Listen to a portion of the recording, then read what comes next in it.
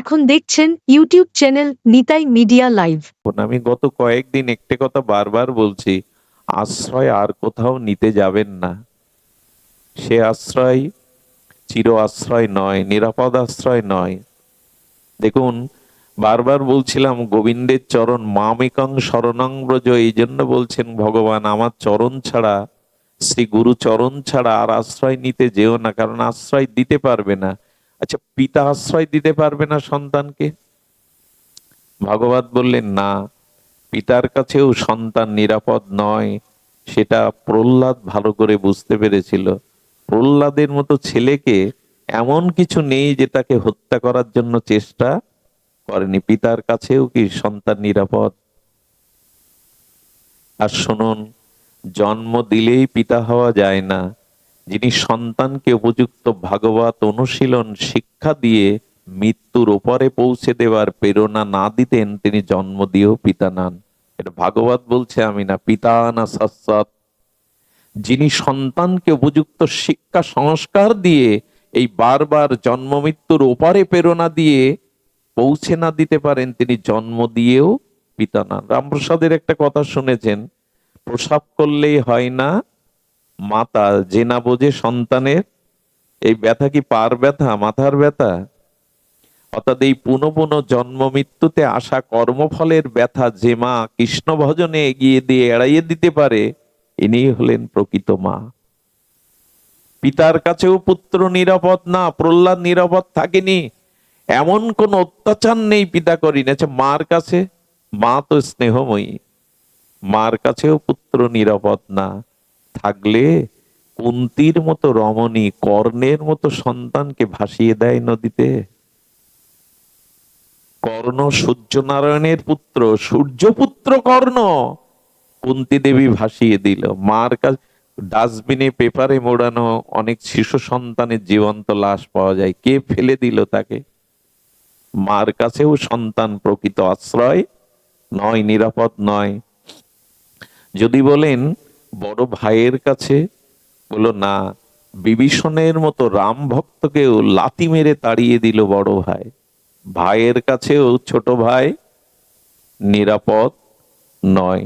সুধীবৃন্দ, স্বামীদের কাছেও কি স্ত্রীর প্রকৃত আশ্রয়? যদি তা থাকতো, সামনে বিশ্ববিজয়ী অর্জুন, ধর্মরাজ, যুধিষ্ঠির থাকতেও দুর্যোধন দ্রৌপদীর শাড়ি টানতে পারত না। বিবস্ত্র করার জন্য ওরা কেউ এগিয়ে আসেনি। দ্রৌপদী জগৎকে দেখিয়ে বলছে, দেখো, আমার মতো সতী রমণীর এরকম 5 স্বামী থাকতেও আমাকে আশ্রয় দেওয়ার মতো কেউ নেই এক গোবিন্দ ছাড়া। জগৎ চেয়ে দেখো আমার দিকে তাকিয়ে। স্ত্রীরও প্রকৃত আশ্রয় স্বামীর কাছে নয়, রক্ষা করতে পারে না। কজন তো বিষ খাইয়ে মেরে তাকে গলা টিপে হত্যা করে ঝুলিয়ে রাখে আত্মহত্যার নাম করে। কার কাছে আশ্রয় চাইবেন? আচ্ছা, যদি বলি এই জগতে কার কাছে আশ্রয় চাই? প্রকৃত আশ্রয় যদি চান, যদি বলেন দেবতাদের কাছে, বলে দেবতারা নিজেরাও মাঝে মাঝে আশ্রয় হারিয়ে ফেলে। দেবতারাও মাঝে মাঝে স্বর্গে এমন ভোগ বিলাসে মেতে ওঠে, দেবতারাও আশ্রয় হারিয়ে ফেলে। দেবরাজ ইন্দ্র স্বর্গ থেকে বহুবার চ্যুত হয়েছেন, সেও হারিয়ে ফেলে। এই কামনা বাসনা যদি থাকে না, তা আশ্রয় স্বর্গে গিয়েও পাবেন না। একটা কথা হয়তো পূর্বে বলেছি, আর একবার শুনলে অত্যুক্তি হবে না। আপনাদের মনে আছে, একবার দেবরাজ ইন্দ্র অভিশপ্ত হয়ে স্বর্গ থেকে পলায়ন করে। কিন্তু রাষ্ট্রে যদি রাষ্ট্রনায়ক না থাকে, কর্তৃত্ব যদি কারো হাতে না থাকে, তো রাষ্ট্র তো উচ্ছন্নে যায়। শাসক না থাকলে, রাজা না থাকলে। তো নহুষ, অর্থাৎ এই পৃথিবীর খুব পরাক্রমশালী এক রাজাকে, ন্যায়পরায়ণ পরাক্রমশালী বীর্যবত্তা নহুষকে ইন্দ্রপদ দেয়া হলো। কদিন ইন্দ্রপদ পেয়ে বাম দিকে তাকাচ্ছে, কারণ স্ত্রীরা কোন দিকে থাকে? বাম দিকে। বাম দিকে তাকাচ্ছে, আমি তো দেবরাজ হলাম, আমি তো স্বর্গের রাজা হলাম, কিন্তু ইন্দ্রাণী কই? ওই বাসনা জেগে গেছে স্বর্গে গিয়ে। কার দিকে দৃষ্টি দিল জানেন? পৃথিবীতে সতীদের মধ্যে অন্যতম শচী, ইন্দ্রের স্ত্রীর নাম শচী দেবী। অপরূপ সুন্দরী শুধু নয়, মহাসতী, তার দিকে কুদৃষ্টি গেল। এই জন্য বলি কি, স্বর্গের লোভে পুণ্য কর্ম করতে যাবেন না। ও জায়গাটাও গেলেও আপনার আশ্রয় চিরদিন না, পুণ্য ক্ষয় হলে আপনাকে ধাক্কা দিয়ে ফেলে দেবে। ভক্তরা বরঞ্চ বলে নরকে দাও, পাপ ক্ষয় করে যেন আবার এসে তোমার ভজন করতে পারি, কিন্তু স্বর্গে দিও না, ওখানে ভোগ আর ভোগ, ওখানে উপাসনা নাই, আরাধনা নাই। তো কি হয়েছে, নহস কুপ্রস্তাব দিল, তোমার স্বামীকে আর ফিরবে, ব্রহ্ম অভিশাপে শাপগ্রস্ত, আমাকে বরণ করে নাও, পাশের আসনটা খালি। পর স্ত্রীর প্রতি দৃষ্টি গেল স্বর্গের দেবতার ইন্দ্রের পদ পেয়ে। চিন্তা করতে পারেন। তো উনি তো সতী, উনি ভগবানের কাছে প্রার্থনা করতে লাগলেন। আর তখন কি করলেন, সপ্ত ঋষির কাছে গিয়ে বললেন, ঋষিবর আমাকে বাঁচান, এই নহসের দেবরাজের কোপানল থেকে আমাকে বাঁচান। আমিও বলি, জীবনে যদি কোনো সংকটে পড়েন, শুদ্ধ কোনো মহাত্মার কাছে পরামর্শ নিতে যাবেন। সাধুরাই পরের দুঃখকে নিজের দুঃখের মতো অনুভব করে। সাধুদের হৃদয়ে অপরের ব্যথাকে নিজ ব্যথা অনুযায়ী তারা অনুভব করে, এই জন্য তারা সমাধানটা শাস্ত্রের থেকে দেয়।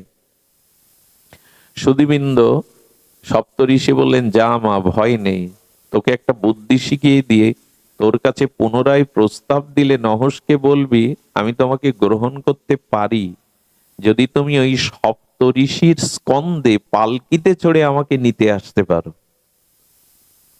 শচীর ভবনটা তো আলাদা, এই ভবনে আসতে হবে।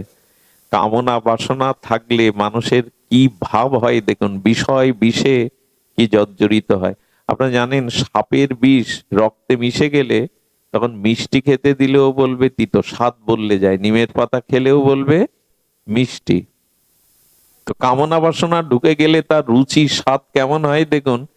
ওই সপ্ত ঋষিরা বলে ধ্যানে ছিলেন, অস্ত্রী, পুলস্ত, বশিষ্ঠ, ভৃগু, ভগবানও যাদের প্রণাম করেন, সম্মান করেন, গেলে এই বুড়োর দল ওঠো, পালকি ধরতে হবে। কামনা ভিতরে আসলে সে মহৎকে অবজ্ঞা করতে চায়, শ্রেষ্ঠকে অবজ্ঞা করতে চায়। এই বুড়োর দল বসে বসে কি করছে, ওঠো, পালকি নাও। ঋষিরা ওর শেষ সীমা দেখছিল। পালকি নিয়ে ওকে যখন কাঁধে করে চলছে, তখন পা বের করে বলছেন, সর্প গতিতে চলছো কেন, দ্রুত চলতে পারছো না?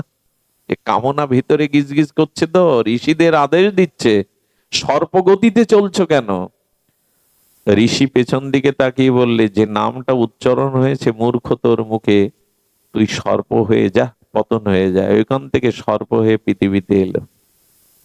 তো দেবরাজ পদ পেয়েও আপনি ওই আশ্রয় টিকতে, ব্রহ্ম ভুবনালোকা পুনরাবর্তিন সহার্জুনা, ব্রহ্মা লোকে গেলেও আপনাকে ফিরে আসতে হবে। এরপরে ব্রহ্মার কাছেও আশ্রয় চিরদিনের নয়, কারণ ব্রহ্মারও আয়ু শেষ হয়, ব্রহ্মাও মৃত্যুবরণ করে। ব্রহ্মা বেদকে রক্ষা করতে পারেনি, অসুর দানব এসে ব্রহ্মার কাছ থেকে বেদ ছিনিয়ে নিল, তো বেদই রক্ষা করতে পারলো না ব্রহ্মা, আপনাকে কি রক্ষা করবে? আচ্ছা, এই বাংলাদেশে ব্রহ্মার কোনো মন্দির দেখেছেন? ব্রহ্মার মন্দির দেখেছেন কেউ কখনো? টোটাল ভারতবর্ষে একটা মন্দির আছে, বছরে একদিন পূজা হয়। শিবের মন্দির আছে, ব্রহ্ম মন্দির না, কিন্তু ব্রহ্মা। হয়তো অনেকেই মূর্তি গড়েন, কিন্তু এই মন্দির নাই। এখন ব্রহ্মাও বেদ রক্ষা করতে পারলেন না, ভগবান অসুরদেরকে পরাস্ত করে বেদ ব্রহ্মার কাছে দিয়ে দিলেন, এখানেও ভগবান আশ্রয় হলেন। আর বাকি রইল ভগবান শিব। বিষ্ণুতে আর শিবে কোনো পার্থক্য নেই, পার্থক্য করলে অপরাধ হয়, দুধ আর দইয়ের মতো। কিন্তু শিব ঠাকুরও এক লীলাই দেখালেন, যে দেখো আমিও মাঝে মাঝে এত সরল, আত্মভোলা। মনে আছে তো, সেই ভস্মাসুরকে বধ দিয়েছিলেন, যে যার মাথায় হাত দেবে সে ভস্ম হয়ে যাবে। শিব ঠাকুর বর দেওয়ার সাথে সাথে ভস্মাসুর বললেন, তাহলে প্র্যাকটিসটা তোমাকে দিয়েই হোক শিব, তুমি মাথা বাড়িয়ে দাও। শিব বলছেন, আমার বরে আমাকে ভস্ম করে, শিব পালাচ্ছে।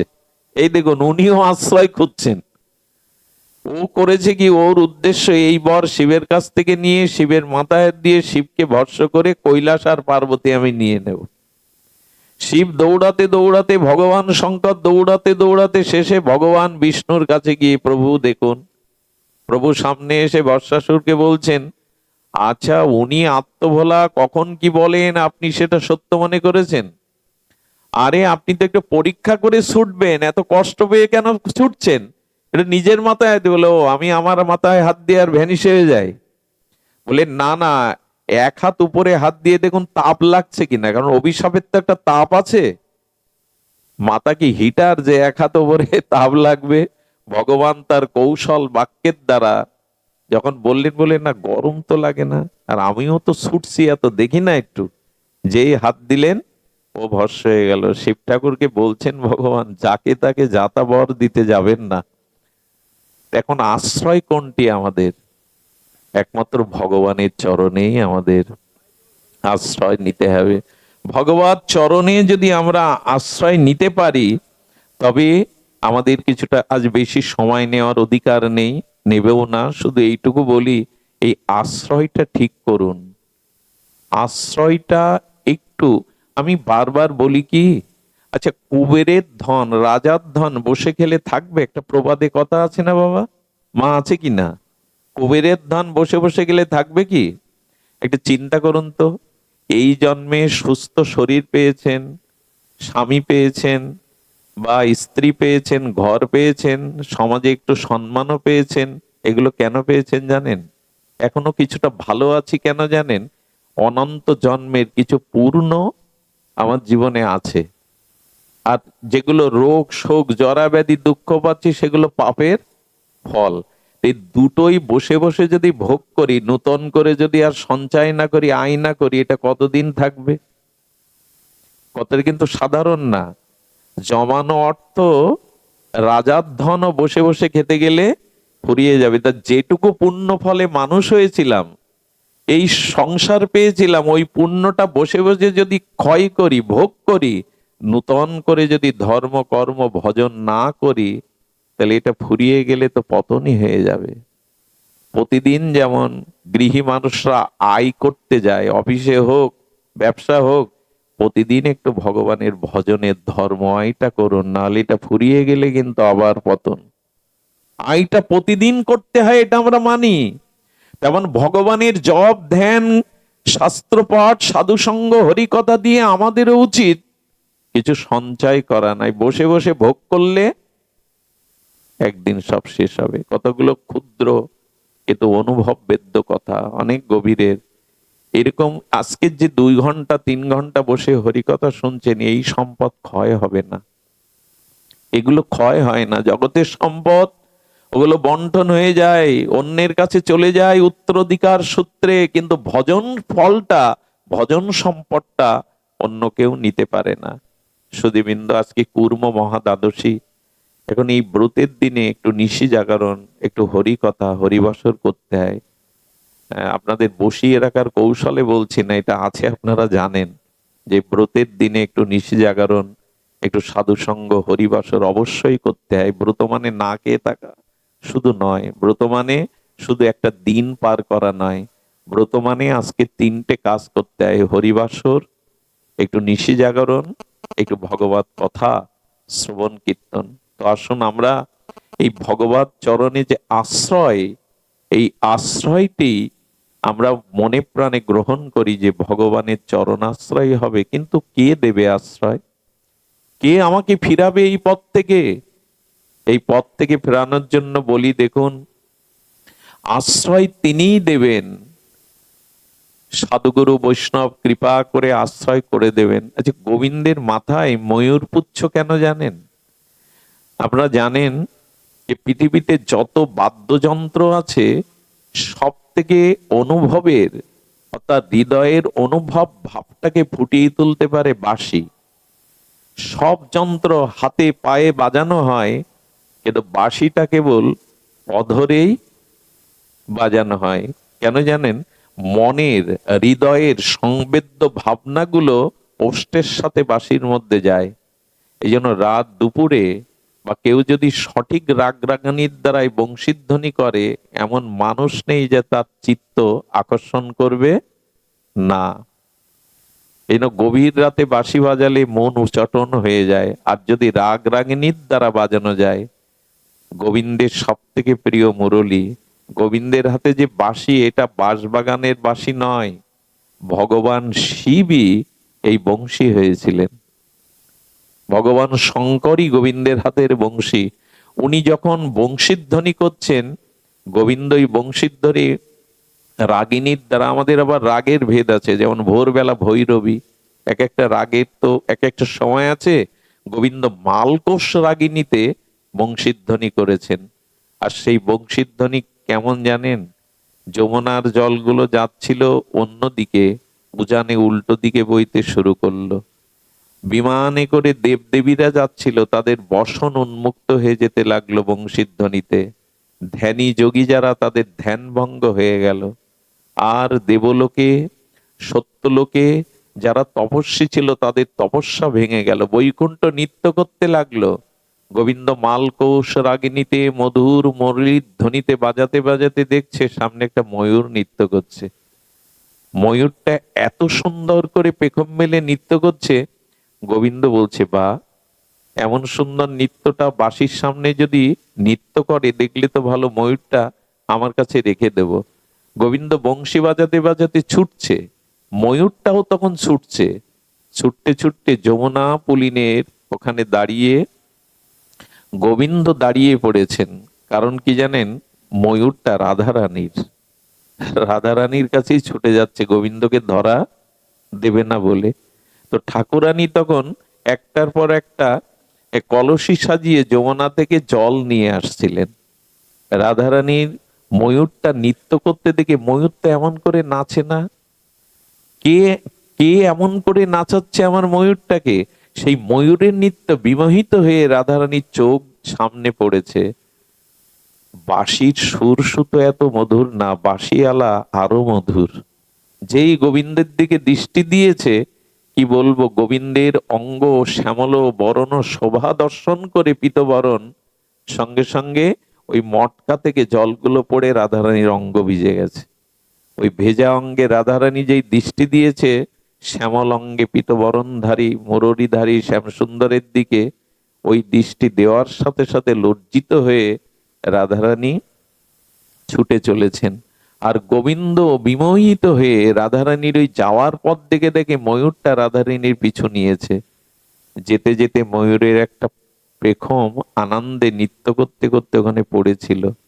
ওই পেখমটা বুকে তুলে নিয়ে বলল, তোর কারণেই আজ প্রেমময়ীর দর্শন পেলাম, তোর কারণেই প্রেমময়ীর দর্শন পেলাম, তাই তোকে আমি আমার মাথার মুকুট করে রাখবো। সেই থেকে ময়ূর পিচ্ছটা তিনি মাথার মুকুট করে রেখেছিলেন। আচ্ছা, গোবিন্দ পীতবরণ কেন পরেছেন জানেন? হলুদ বরণটা রাধারানীর অঙ্গ কান্তি, ওইটা ধারণ করেছেন। আর নীলম্বরী শাড়ি পরেছেন রাধারানী। গোবিন্দের গা নীলাভ, সেই শ্যাম নীলাভ অঙ্গটা, ভাবনাটা যাতে আমার সঙ্গে মিশে থাকে, এই জন্য নীলম্বর আর ইনি পীতম্বর পরেছেন। তো এই যে শ্রীগোবিন্দ চরণে আশ্রয় কে দিয়ে দেবে, ছোট্ট একটা সাধুর ঘটনা বলেই আজকের পাঠ বিশ্রাম। অপূর্ব এই ঘটনাটা আমাকে খুব হৃদয়ে নাড়া দেয়। এমন সাধুর কৃপা কবে হবে? আপনাদের মনে পড়ে শ্রীধাম বৃন্দাবনে গিরিরাজ গোবর্ধন পরিক্রমা মার্গে যারা যান, ওখানে শ্রীনাথজির মন্দির আছে। বৃন্দাবনে যে কটি বিগ্রহ সাক্ষাৎ প্রকট হয়েছিল, তাদের মধ্যে সুপ্রাচীন এই শ্রীনাথজির বিগ্রহ। একটু ধ্যান দিয়ে শুনুন। এই শ্রীনাথজি সাক্ষাৎ প্রকট ভগবান।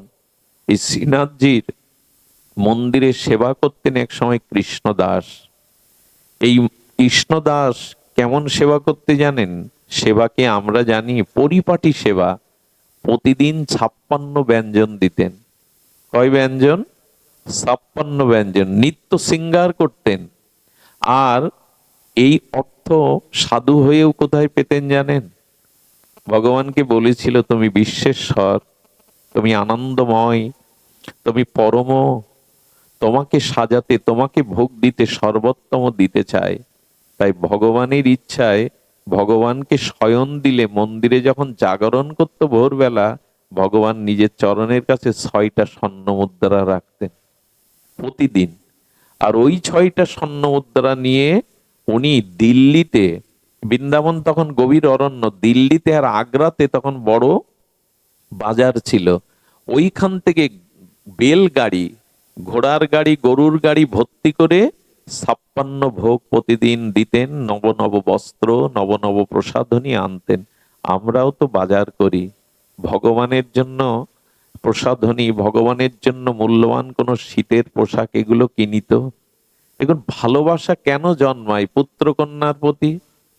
আমি তাদের জন্য কিছু করি, তাদের সুখের জন্য, সেবার জন্য কিছু নিয়ে যায়, তারাও আমাকে স্নেহ মমতা দেয়, এইভাবেই তো ভালোবাসা তৈরি হয়। তেমনি ভগবানকে দিতে দিতে, সেবা করতে করতে, সাজাতে সাজাতে, তার কথা মনে করতে করতেই তো তার প্রতি প্রীতি আসবে, আকর্ষণ আসবে।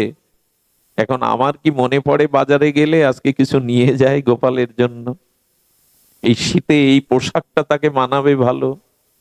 কৃষ্ণদাস ওই করতেন। আগ্রা কোথায়? বৃন্দাবন থেকে আগ্রা আর যেতেন তিনি দিল্লিতে। একবার দিল্লিতে গেছেন, সমস্ত সবজি আদি, প্রসাধনী আদি কিনে বেলগাড়িতে চড়িয়ে দিয়েছেন, ভালো কাপড়ের খোঁজে শ্রীনাথজিকে ভালো পোশাক তৈরি করে দেবে। বৃন্দাবনে এখনো, রাধাকুণ্ডে এখনো 7 দিনে 7 রকমের পোশাক পরানো হয়। দেখুন ভগবান অনেক দিয়েছেন আপনাকে। আচ্ছা, যে মায়েরা, যে বাবারা 20-30টা কাপড় আলমারিতে রেখেছেন, ওগুলো এখন বিক্রি করা যাবে? অনেক পুরনো, পড়তে পড়তে রেখে দিয়েছেন সাজিয়ে। এমনি হয়তো কাউকে দিয়ে দিতে পারেন, কিন্তু বাজারে উপযুক্ত দামে বিক্রি, পুরাতন হয়ে গেছে, ব্যবহার করেছেন। এটা একটা 60 বছরের বৃদ্ধের কিডনির দাম কত জানেন? ভালো থাকলে ওটা নষ্ট হয় না। ভগবানের দেওয়া জিনিসের মহিমা দেখুন। ওই কিডনিটা আপনি 2 লাখ টাকা বেচতে পারবেন। লিভারের 1 অংশ 1 কোটি টাকা দিয়েও কেনার লোক আছে, হাফ অংশ, ওটা নষ্ট হয় না 70 বছরেও। ভগবানের দেওয়া যে বস্তু, অনেকেই বলে দেয়া নষ্ট হয় না, তো মানুষের তো হার্টের রোগ হচ্ছে কেন এখন? আপনি একটা কথা খুব মন দিয়ে শুনুন, ভগবান আমাদের মধ্যে যে বস্তুগুলো দিয়েছে, তার যদি দুর্ব্যবহার না করতেন, অতিরিক্ত ভোগ না করতেন, একটা হার্ট 300 বছরেও নষ্ট হতো না। আমাদের চোখ, এই চোখটা যদি অন্ধকে দান করে দেন, সেও সারা জীবন এই চোখেই দেখতে পারবে। ভগবানের সৃষ্টি বস্তুগুলো, ওই পুরানো কাপড় 10 বছর পরে ওর আর মূল্য নেই, কিন্তু 60 বছরের একটা কিডনি, একটা লিভার, তার মূল্য দিয়ে দেবে, ওগুলো নষ্ট হয় না। আমরা শরীরের প্রতি ভোগের দ্বারা এত অত্যাচার করি, ওই জিনিসগুলো আমরাই নষ্ট করি। মনে যদি কুচিন্তা, কুভাবনা না করতেন, পরের সর্বনাশের চিন্তা না করতেন, অপরের উন্নতি দেখে যদি হৃদয়ে জ্বালা না হতো, হার্ট 300 বছর ভালো থাকতো। আমরাই তো নষ্ট করি। হৃদরোগ, হৃদরোগ মানে কি? আমাদের এই কামনা বাসনা হৃদয়ের, এগুলি রোগ। হিংসা, বিদ্বেষ, ক্রোধ, কাম, এগুলি রোগ। নাহলে ভগবানের জিনিস এভাবে নষ্ট হতে পারে না।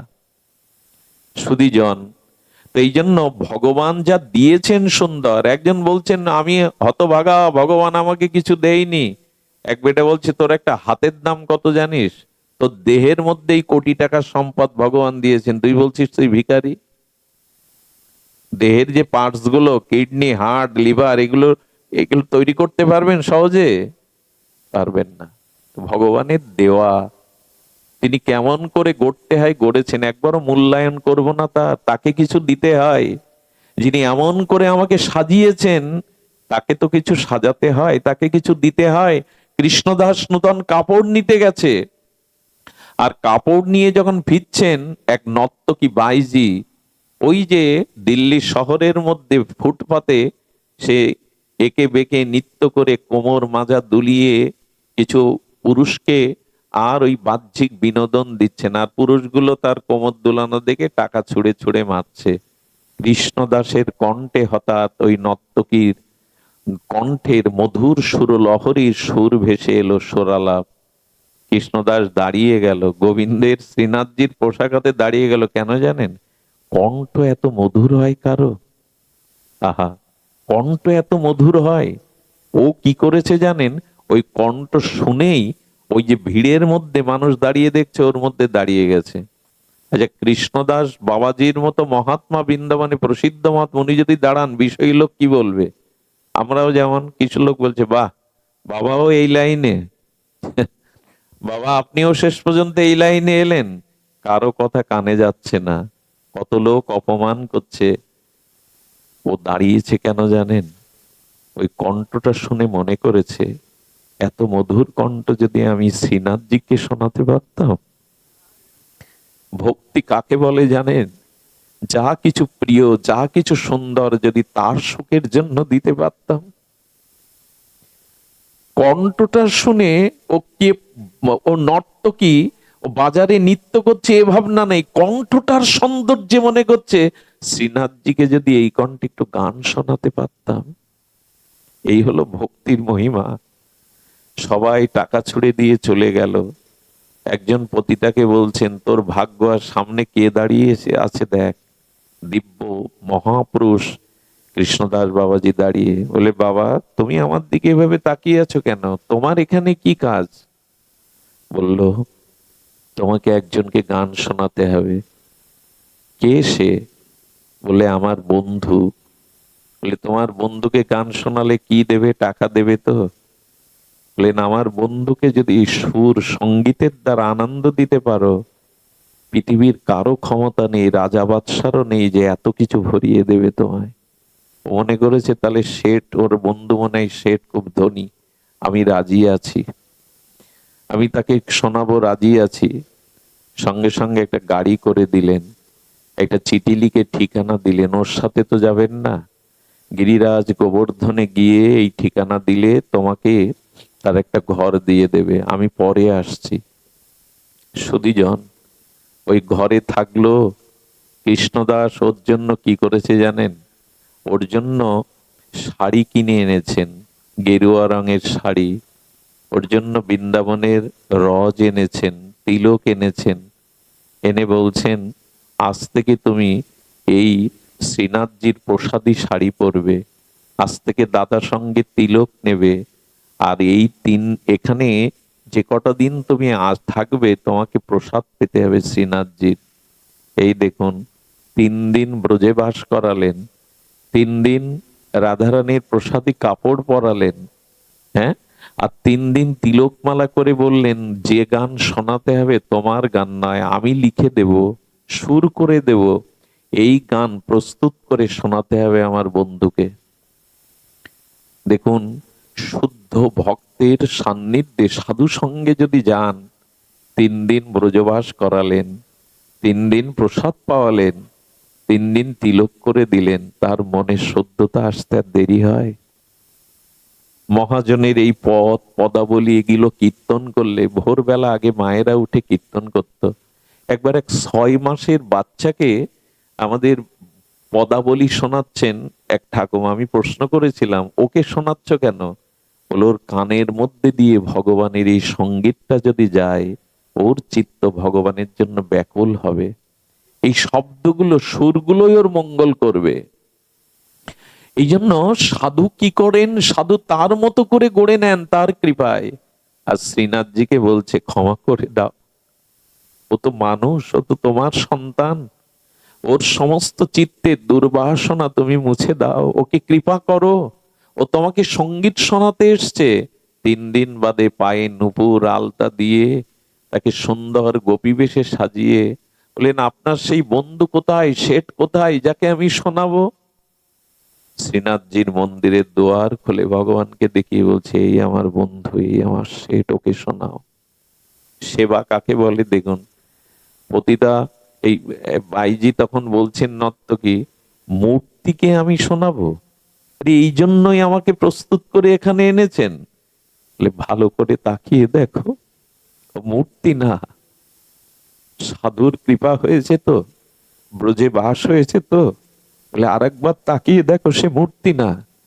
ভগবানের কাছে প্রার্থনা করে দিলেন, ওকে এনেছি। বনের ফুলও তো তোমার চরণে আসে, ওকে গ্রহণ করো তুমি। কোন শুদ্ধ ভক্ত যদি ভগবানের কাছে আপনার জন্য চোখের জলে প্রার্থনা করে, ভগবান সেই দিন আপনাকে গ্রহণ করবে। কোন শুদ্ধ ভক্তের প্রার্থনা ভগবান ফিরিয়ে দেন না। বলে, ওকে তুমি গ্রহণ করো। যখন সেই সুরের দ্বারা ও নৃত্য করে গীত শোনাচ্ছে, তখন বারবার এই নর্তকী শ্রীনাথজির মুখবদনে তাকিয়ে বললেন, সারা জীবন তো অন্যকে শুনিয়েছি, তুমি শুনছো তো? একবার একটু জানাও না যে তুমি আমার সঙ্গীত শুনছো। ওই তাকাতে তাকাতে দেখলেন শ্রীনাথজি মধুর হেসে চোখের কোণে, নয়ন কোণে, ঠোঁটের কোণে হাসি ফুটে উঠল। যেই না তার চিৎস্বরূপে বিজুরি চমকের মতো সচ্চিদানন্দ রূপ দেখলেন, সঙ্গে সঙ্গে চৌকাটে মাথা রাখলেন, রেখে বললেন, ভগবান, আমার মতো নর্তকীর সঙ্গীত তুমি শুনেছ, তুমি তোমার স্বরূপে আমাকে দর্শন দিয়েছ। আচ্ছা, তোমাকে কি দেব আমি? তবে শুনেছি মানুষের জীবনে সব থেকে বেশি প্রিয় হলো তার প্রাণ। প্রাণ সব থেকে প্রিয়। নাও, অনন্ত জন্ম এই মায়ার সংসারে মায়া আমাকে নাচিয়েছে, আজ তোমার সামনে যে পুষ্পাঞ্জলি অর্পণ করলাম, আমার প্রাণটাই তোমার চরণে আশ্রয় দাও। এই বলতে বলতেই চৌকাটে মাথা রেখে নর্তকী দেহ ত্যাগ করলেন। চিরদিনের মতো শ্রীনাথজি তাকে চরণে নিলেন। মাত্র 3টে দিন এই সাধু কৃপায়, কৃষ্ণদাসের কৃপায় ভগবান পেয়ে গেল। আমি বলি কি, এই জীবনে চলার পথে একজন এই সৎ প্রেমিক অনুরাগী ভগবত ভক্তের সঙ্গ নিন, তিনি আপনাকে নূতন করে গড়বেন। এই ভাগবতে শুদ্ধ ভাগবত চরণ আশ্রয়ের মধ্যেই তিনি আপনাকে নূতন করে গড়বেন।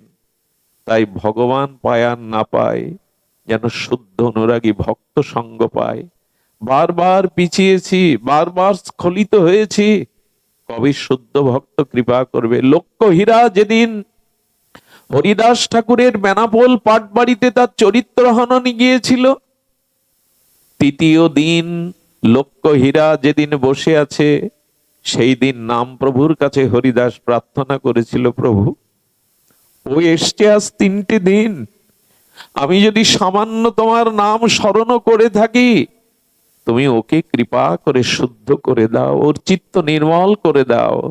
ভোরবেলায় হরিদাস ঠাকুরের সেই সৌম্য দর্শন আর তার মধুর হরিনামে এই পতিতা পর্যন্ত সর্বস্ব লুটিয়ে পড়েছিল। বাবা, অনেক নেচেছি, গেয়েছি, কিন্তু হরিনামে যে এত আনন্দ, তোমার শ্রীঅঙ্গের বাতাসে যে চিত্ত এত নির্মল হয়, এটা তোমার কাছে না এলে যান চরণে পড়ে বললেন, আমাকে আশ্রয় দিন। লক্ষ্মীরাকে বলেছিল, মা তুই আসিসনি, কৃষ্ণই তোকে পাঠিয়েছে, আমার এই আশ্রম কে দেখবে, কে রক্ষা করবে? তাই কৃষ্ণই কৃপা করে তোকে আমার কাছে পাঠিয়েছে।